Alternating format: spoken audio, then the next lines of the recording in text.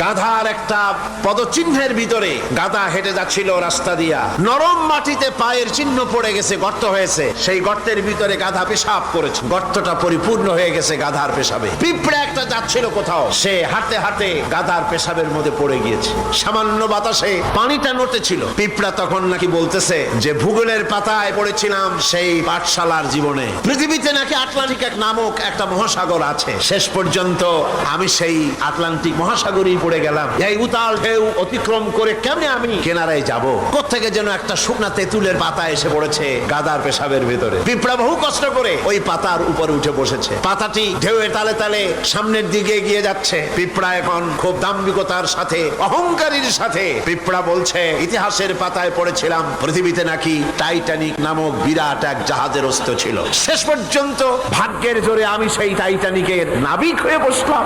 কি সাংঘাতিক, আমি আজ টাইটানিকের গর্বিত নাবিক, আর এই আটলান্টিক উতাল ঢেউ পাড়ি দিয়ে চলছে আমি আমেরিকা আবিষ্কারের জন্য। গাধার পেশাবের ভিতরে তেঁতুলের পাতায় বসে পিঁপড়ার যে অহংকার, আমার দেশের তথাকথিত নাস্তিক মোরতাদ জাতীয় বুদ্ধিজীবীরা এর চাইতেও নিকৃষ্ট।